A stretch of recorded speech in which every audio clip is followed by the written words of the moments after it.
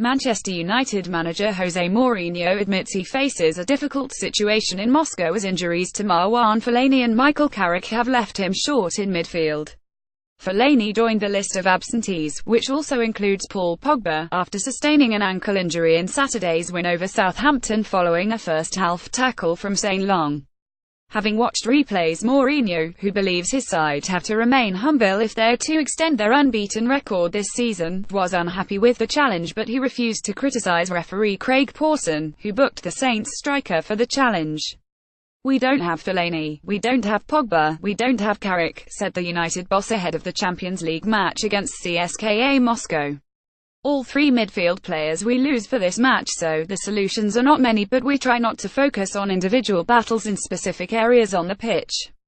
Fellaini was lucky. "It could be a much worse situation, but in a moment when we don't have Pogba and Carrick, Marwan becomes even more important than he is, and not to be here tomorrow is a difficult situation for us, but I expect Fellaini not to be out for a long time, and after Crystal Palace there is the international break, and Belgium I think were the first team to qualify, so are not under pressure for a special big match, so Fellaini will be back for us. For me, Craig Pawson is one of the big talents of refereeing, and he had an amazing game in my opinion. He was so calm and in control. No camera for Craig, and he made that decision." After defeat in the European Super Cup against Real Madrid in early August, United are unbeaten in 8 matches, winning 7. They had to grind out a 10 win on the South Coast last weekend, and Mourinho has told his players they have to be patient and learn to deal with the opposition having spells of dominance.